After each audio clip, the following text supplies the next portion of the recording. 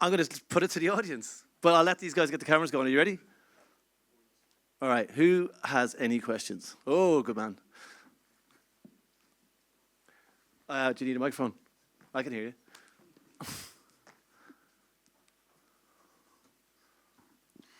First of all, congratulations on the LA Critics Awards. I hope there's lots more coming. This is quite extraordinary. I wanted to ask you about the fisheye lens used here, and what do you think? Up in the Science Museum in Bradford, they have a Cinerama screen of 146 degrees of curvature. Okay. And supposing this was projected onto that screen, what do you think the results might look like? It'd be great. It'd be a lot of black and a little image in the middle. But that would be brilliant. Yes, but the curvature. Or maybe an Omnimax, if you could blow it up to an Omnimax. Yeah, I would happily see this film in an Omnimax cinema. Yeah. Because there's a lot of 1:6:6 aspect ratio, so I'm sure it would only enhance the vignetted black sort of space in the wide angles.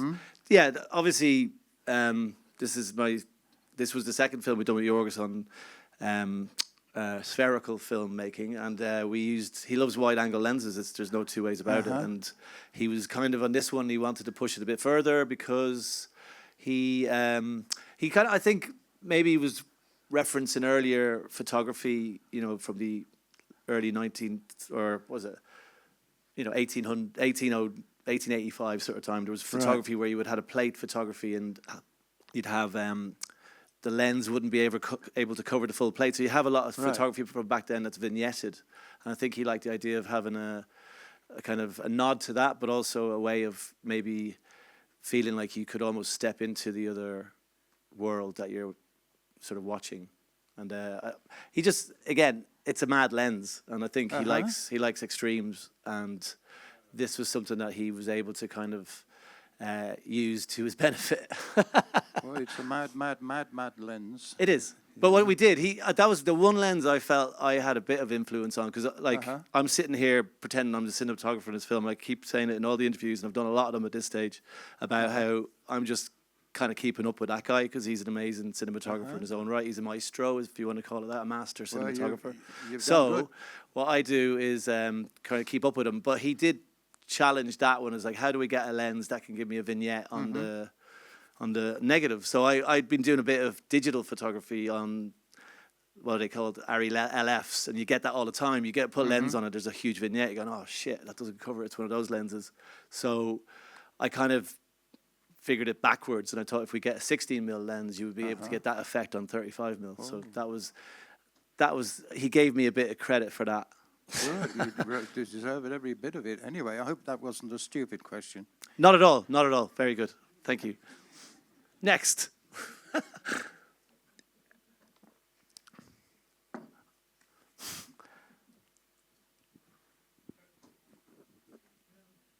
Curious about what film stocks you're using.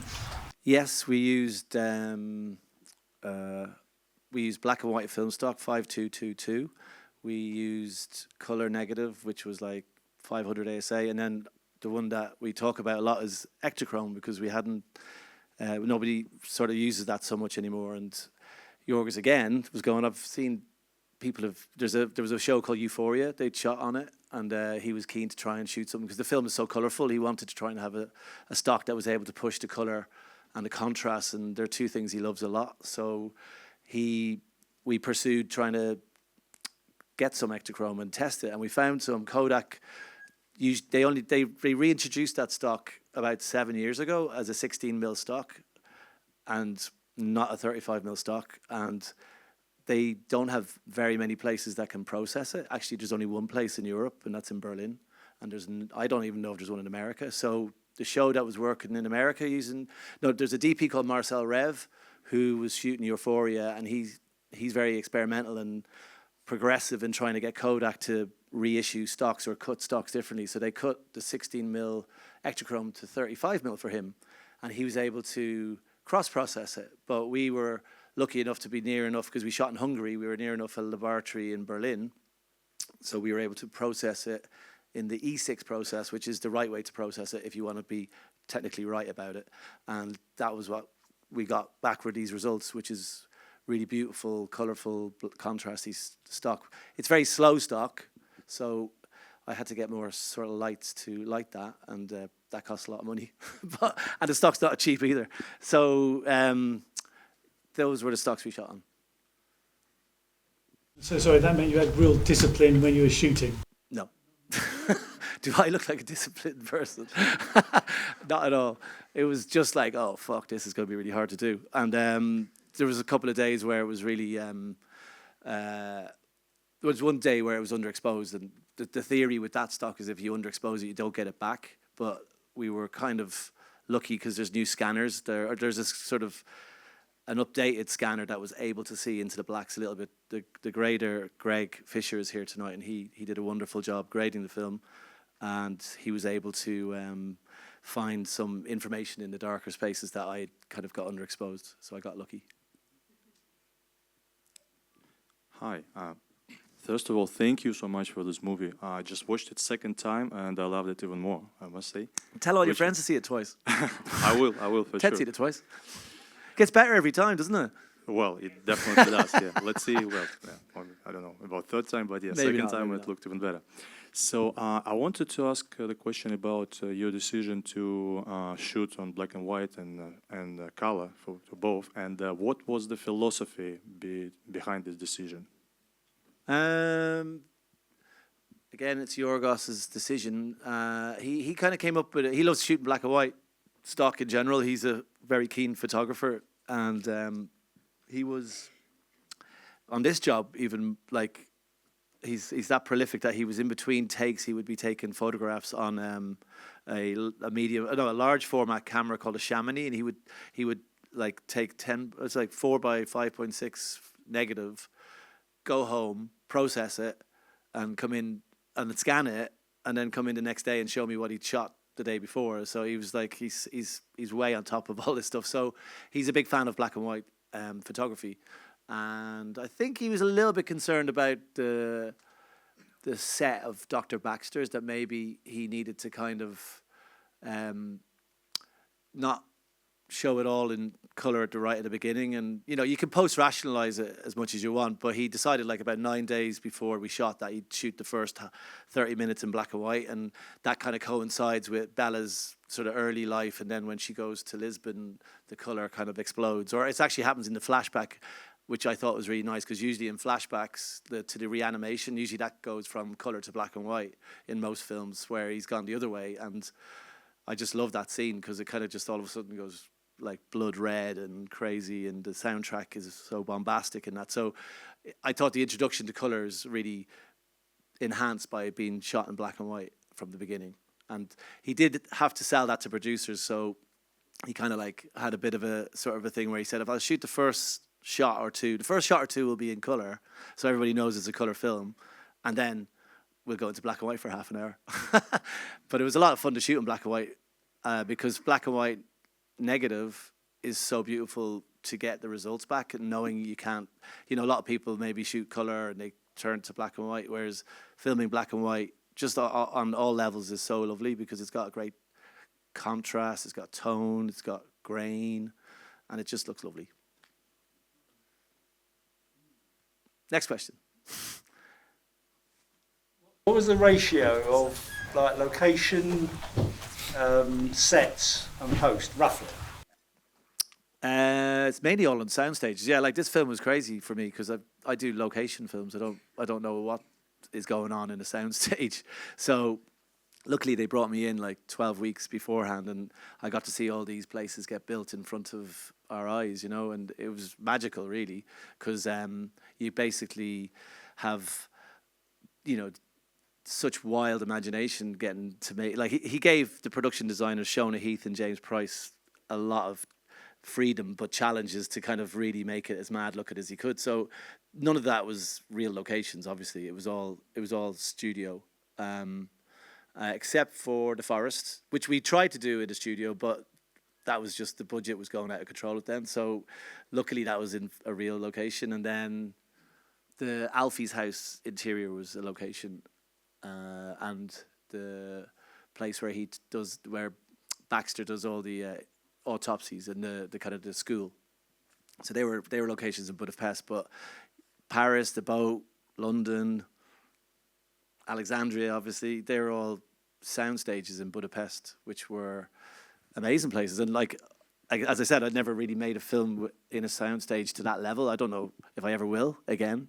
And I just realized I had to get a lot of lights and create, because the way he films is he doesn't want any lights on set. So you kind of create it as if you're in a real location. So you would have a sky outside in like somewhere like Paris. There's the sky, you know, and it lights the buildings, and whatever light you're getting from the ambience from the sky is what you would use within the house that you're filming in, or the brothel that you're filming in. And there'd be loads of practical lights that you would have on set. So, you know, that sounds easy. And it was a nice sort of rule book to have, but, you know, you're ended up with 700 lights to put up and just sort of figure it all out. And I'm not very good at that. I got into it, but I don't think I was really helpful for producers.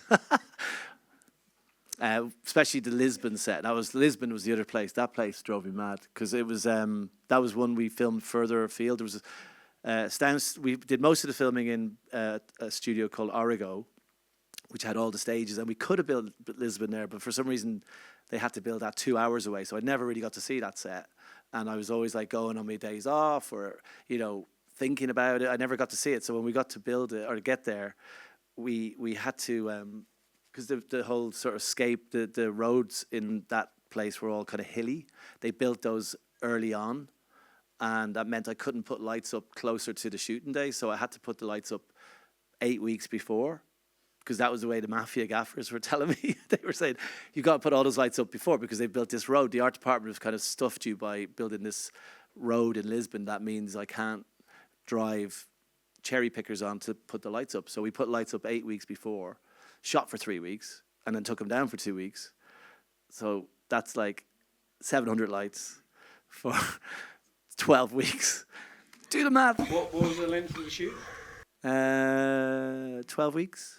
65 days or something, 45 days, I can't remember, 50 days, something like that. It was long, from September to December. It needed to be that. We were shooting 6-day weeks a lot as well. Ugh. Don't do those. Anybody want a question?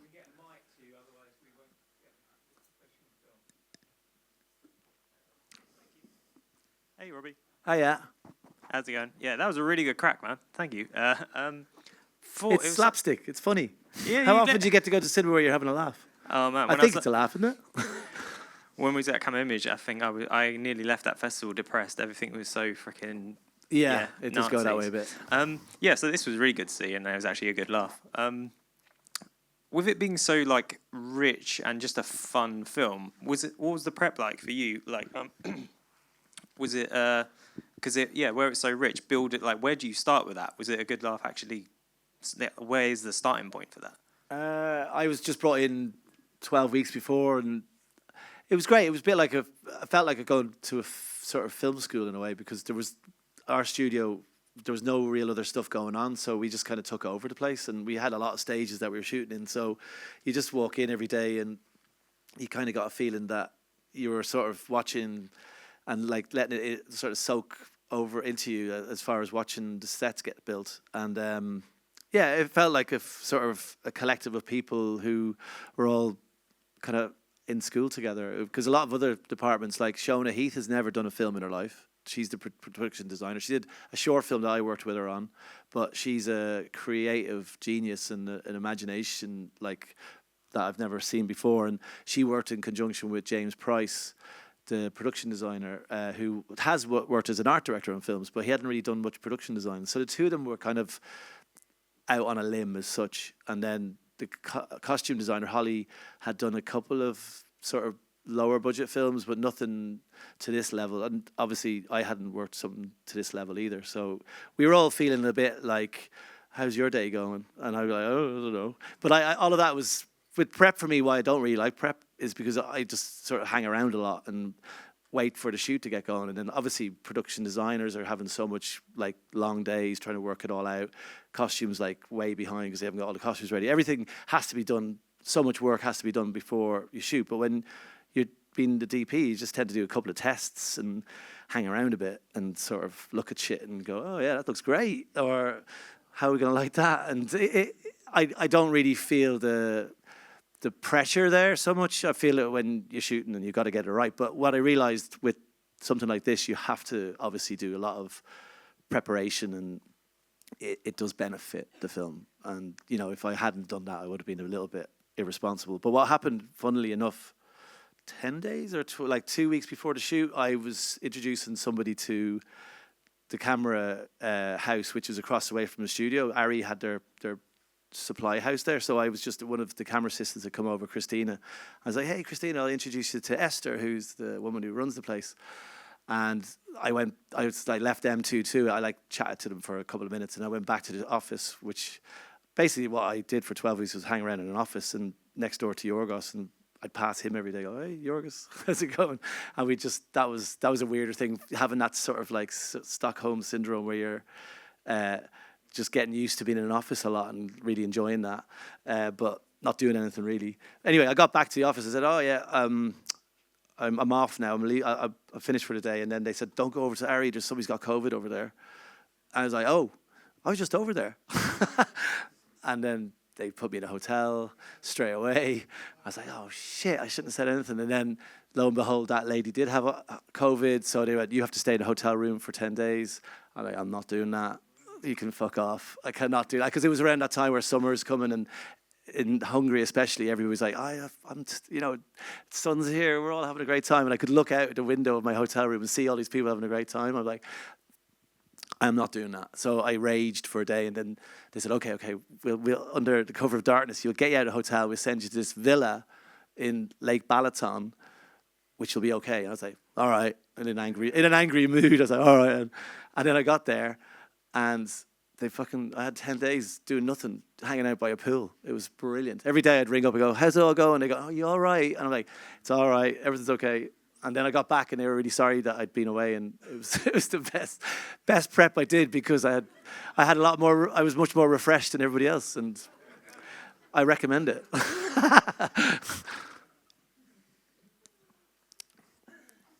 Not to get COVID, obviously. Oh, come on. Okay, let's not talk about technicals. Anybody got any questions on the theme of the film? I know all about it. Oh, what? So this is a completely non-technical question. You're next.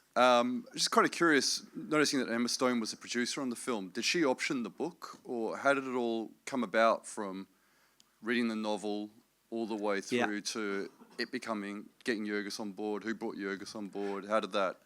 It's.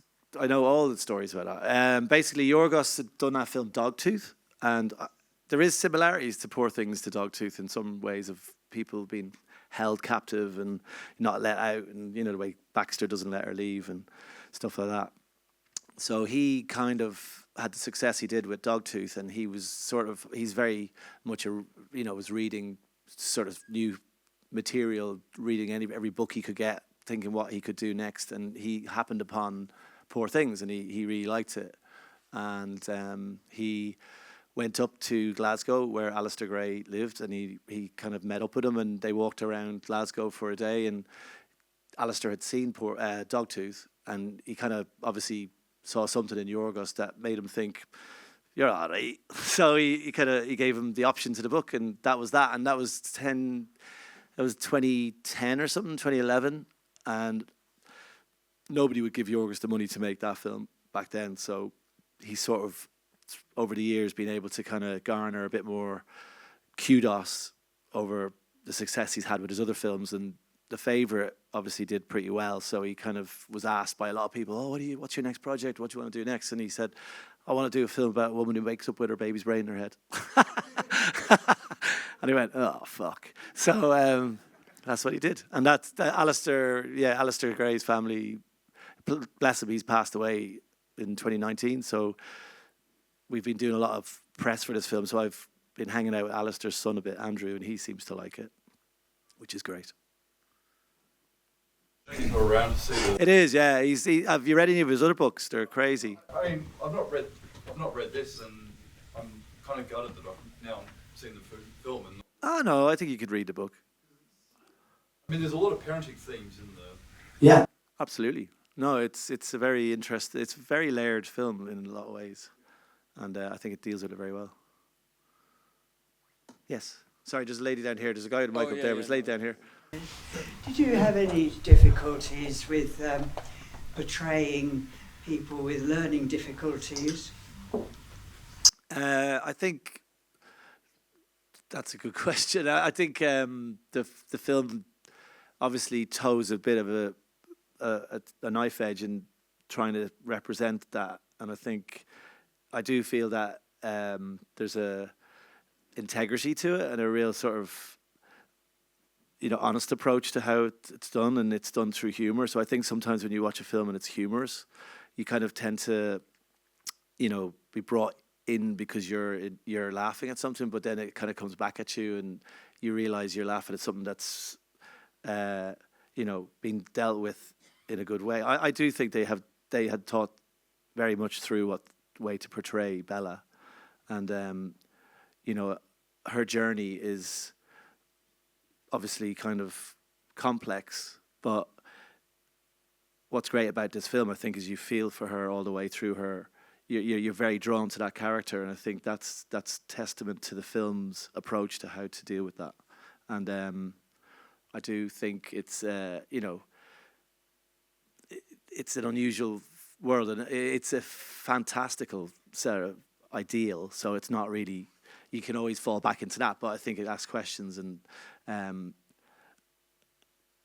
think most people don't seem to sort of have a problem with it. But I don't know exactly how to answer the question, is what I'm trying to say. But I do think Yorgos is well aware of that, and I think he's dealt with it very well, because you're just sort of with Bella all the time and you feel for her in every respect. This might be a... Would have been perfectly acceptable. Nobody would have commented. Absolutely. It's just the attitude these days. Absolutely, and it's in a way the one thing that gets affected by that attitude is humor, and humor always seems to push down a bit. You can't do that because that's not funny for some people, or it's funny for other people. Whereas I think this generally gets through that, and crosses over into a place where it is acceptable, even though it's the most on paper unacceptable story you could be approaching to make. Yeah, this might be a technical question, but It's okay.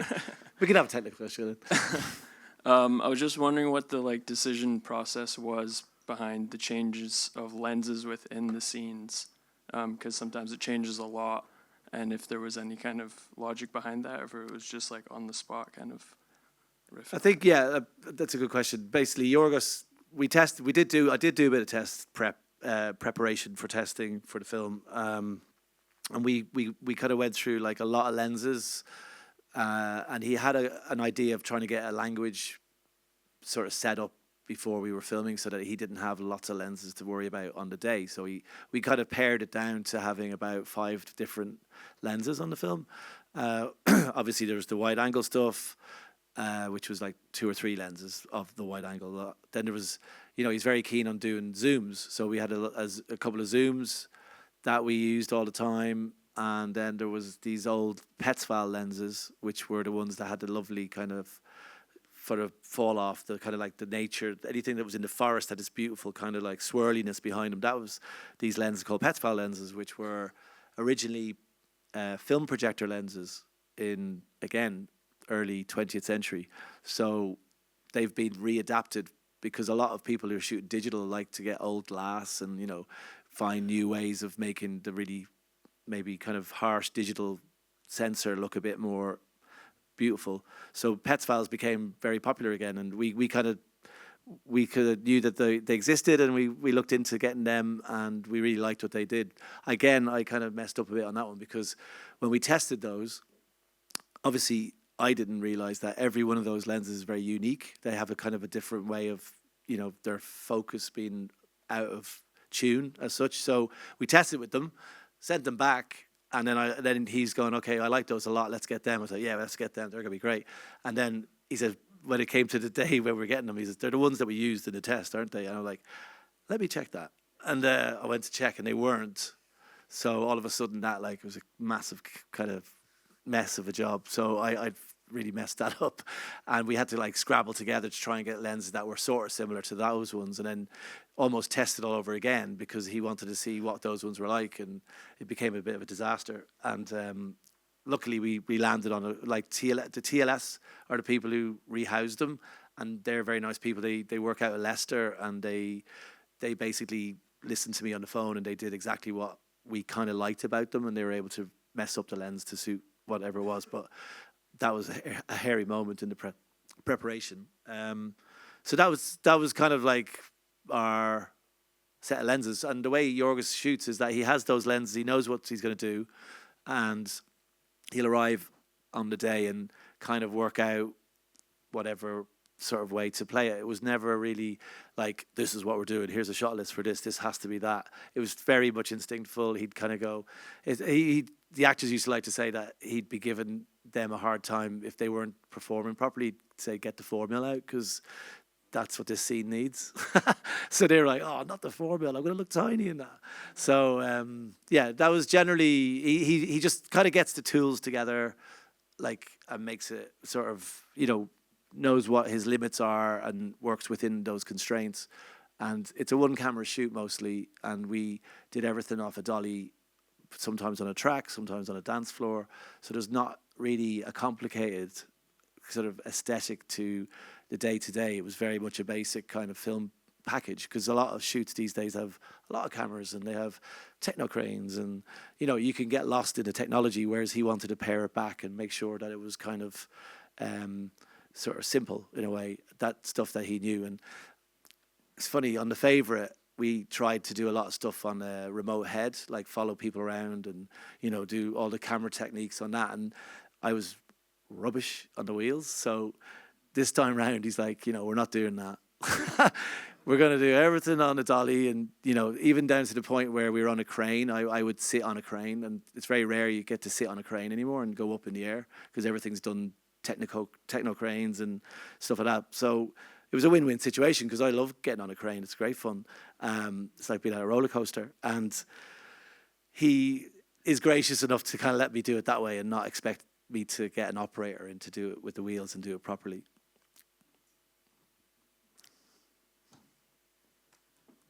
Do you want to get a mic? Get a mic, John. Thanks.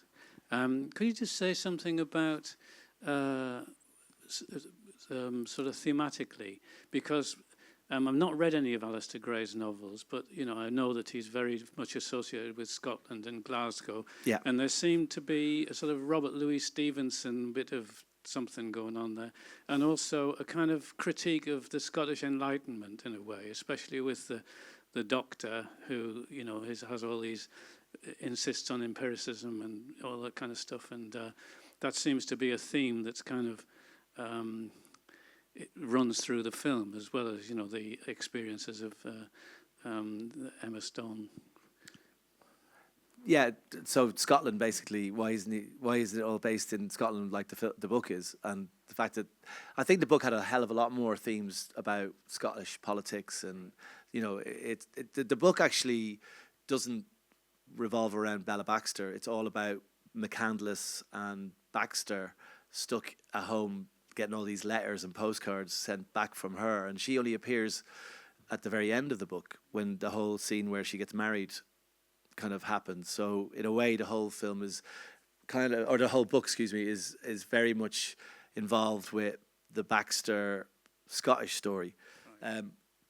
I think it's actually quite a simple sort of reason why he didn't follow those themes as much in this. And first of all, Jorgis felt the film would be better suited to sort of revolve around Bella Baxter and her adventures. And I don't think he wants to hang out with the two guys too much, even though we go back there a lot. It was sort of him and Tony's concept to kind of let's make this story about Bella Baxter, because it just seems like the book is jumping with that, But also the simple fact of matter, he didn't want a lot of American actors trying to speak Scottish accents, because Willem Dafoe's Scottish accent's just about okay.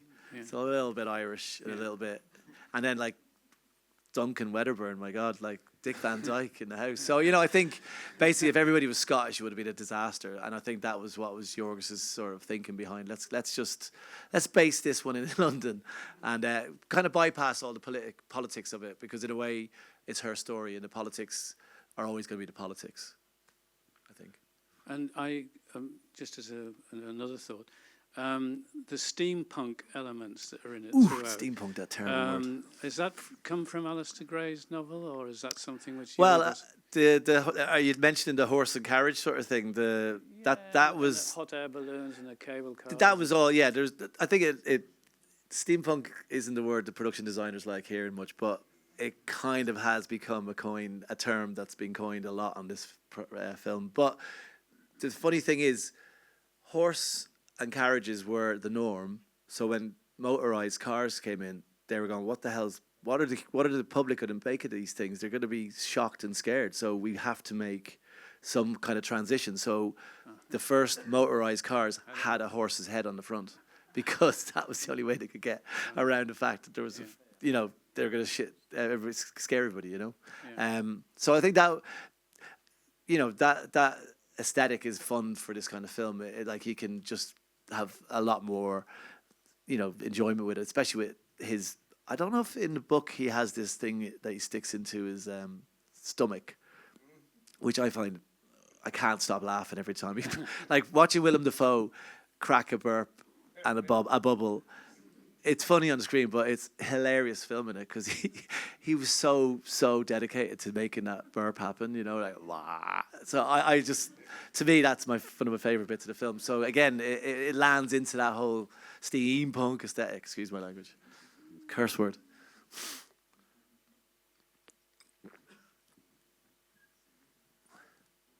Oh, so he's leaving. Anybody else? Quick, microphone. Thank you. That was amazing. Thank you. I have a few questions, but shall I keep it simple? One of them is technical, and it's basically in the 12 weeks of prep. Are you going over? Basically, it's obviously a movie with an awful lot of visual effects. So are you looking at the visual effects beforehand, and is it LED walls in the background, or are you? Oh yeah, This whole world. No, that's okay. That's okay. Yeah. And the other one is slightly more kind of. I'll ask that second. Yeah, the VFX is. I think we dealt with it really well. There's not any time we ever use green screen. Pretty sure we'd use green screen when she was at the gates. That's the only time we ever used green screen, when she wanted to get out of Alfie's house, because that was a real location. But generally, we were trying to do a lot of old cinema techniques and sort of bring them forward to 2023 and use 2023's technology to kind of recreate these cinema techniques. So we use a lot of miniatures. There's like all the stuff, like the ship was a miniature, all of the stuff, the ship at sea, even though it looks so CGI, that is actually, they're all shots of a model ship that they built. And was that done prior to the main No, that was during the shoot. We had a second unit miniature director of photography called Tristan Oliver, he's great. He does a lot of Wes Anderson films, exactly. So he I think he had his work cut out for me. He every time I meet him, he always goes, I had 80 setups I had to do that day. I was like, so I was kind of, I'm sorry, I'm busy with my stuff, but he did do a fantastic job. So the idea is that the world is fake, so it looks wrong. It doesn't look realistic. Hopefully, although somebody did say to me, "Did you really shoot at London Bridge?" And I was like, I think I've seen London. I've never seen London Bridge that empty. But so essentially, we kind of use miniatures and painted backdrops and false perspectives and stuff like that. So the boat, we decided we'd shoot with an LED wall instead of a painted backdrop, and because we could get the VFX people to kind of create these beautiful skies and have the sea going by.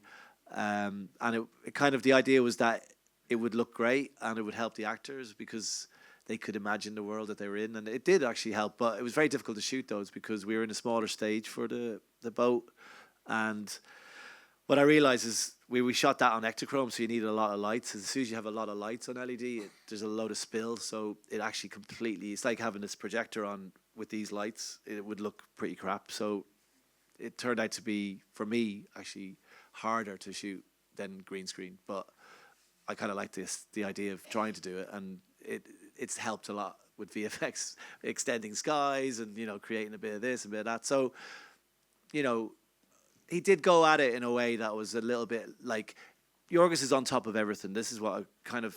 Is Yorgos guiding the LED? Yeah, like if you look at his film, everything in this film is so on top. Yorgos is so on top of it in every aspect, and that's why he does it his way. So, you know, VFX people were going a bit crazy with this. When we were doing the hybrid animals, we were shooting that scene when Emma's walking along and Goose Willis is following her behind. So basically, you have, you know, what would be done in VFX would be they would want a bit of green screen, they'd want a bit of, they'd start asking for a lot of things, and the guy who was sort of kind of given a terrible job of being on set, VFX producer, was trying to do that, and he was a nice guy, but he started sweating a lot on that day because he's like, I think maybe could we do that with this animal? And Yorgos goes, no, I know that you can rotoscope this, so no, we're doing it the way we do it. There is no way we're doing that. And they just shut up and got on with it, and then they came up with doing the job really well. And it's, you know, again, it looks kind of fake, but it certainly doesn't feel wrong. It just feels like it's perfectly in keeping with the film. And again, that's because Yorgos is on top of it, and he's what I like to call is the pyramid sort of system in filmmaking. You have a person at the top of the pyramid who makes all the decisions, gets it all going, doesn't let anybody above him tell him what to do. They're all behind or below him, and it works. It's the best way to make films, and he is exemplary in that. What's your Hungarian like? Terrible. I got a few curse words. I can't remember any of them. I'm going to jump in because I've got the mic. Hey, Robbie, over here. Oh, hiya. How's it going? Was Tuvalu a reference? Have you seen that? Sounds familiar. It's about 20 years ago. Denis Lavant, very theatrical, bit Buster Keaton-esque. Tuvalu. No, the one I don't remember. The one he told me about was a Fellini film called The Ship Sailed On. Oh. That's the main one. Then we looked at Fassbinder films for Zooms. Hannah Shakula, there she is. She went a bit hero to zero in that film because she's bless her, she's getting on. So she was a little bit like Away with the Fairies, but she's great. So, you know, she does look the part. It's Tuvalu sort of celebrates that artifice in the same way as Poor Things. Okay. It's very kind of like this. I don't know it. Little model bird just hanging in the sky, very clearly a right, fake bird. Right. It's all part of it. There was the other one that he liked a lot was Bram Stoker's Dracula, because that has a lot of artifice in it, and you know it lets itself go wild, and you know the performances are mad. I've watched that again recently, and it's really funny. It's really brilliant. I highly recommend watching that film. And my other question is, what were you thinking about for 10 Days by the Pool? Where is it going to get? Well, will I sneak out and get some food in the supermarket? I don't know. It was really blissful. I loved it. It was a really, really nice place. All right, how long we got left? Everybody's gasping for a drink at this stage. Come on, you've been in here for 2.5 hours. Yeah, bar's open. How many? Okay, 2 more questions. We're out. Yeah. Can you pitch the film Flicker to the director? Do you reckon he can pull it off? Flicker, I don't know that book. I know, but I've never read it. You've given it to me. I've not read it. I'm sure he could. Yorgos is in a good position to do what he wants at the minute. What's his next project? It's well, we've done another film. We shot a film last year, so the VFX took ages. So we have already made a film, and I watched it the other day, and it's called Kinds of Kindness. So watch out for that. Very much back in his usual world of strangeness. Kinds of Kindness. Tell all your friends about it. Don't know if I can squeeze one more in. I was just wondering if there's a scene, that stands out to you as your personal favourite now, looking back on this, on the whole film. There's a really lovely Steadicam shot in it. And if Jake worked on the film; he was a Steadicam operator. On it. Yeah, and if there's one that stands out to you as your personal favourite, My then favourite. Why? Yeah, thanks. That is a nice way to finish. I really like the reanimation scene because it was. I just love the way it sets the film up, and I love the way everything's on. It's like turned up to 11 in that scene.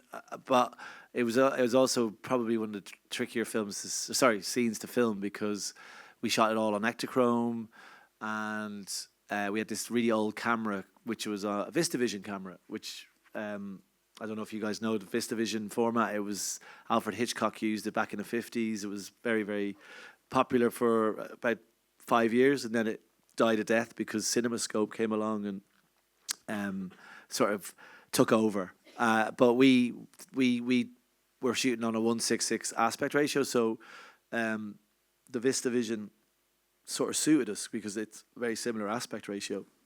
And we got this old camera, which is a bit like a Frankenstein camera called a Bocam, and it's really, really like, it was on its last legs, the one we got, and you know, is that going to work? I don't know. And the great thing about Yorgos is he'll go for it, he'll experiment, and there's the shot on the top shot of Emma Stone basically waking up.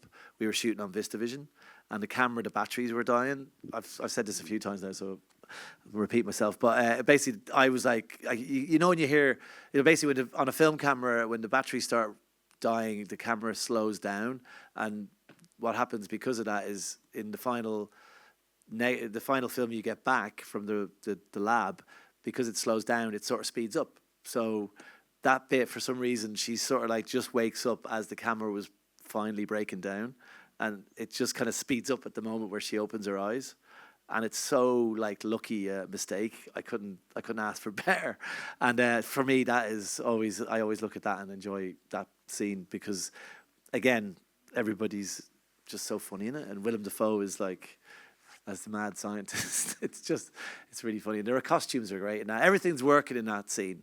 The brain is amazing. The sheep are brilliant. The hanging horse is great. So that's it. Thank you. All right, I'm done. Hey. Thanks a million for coming. Happy Christmas. Hey, Santa Claus is here.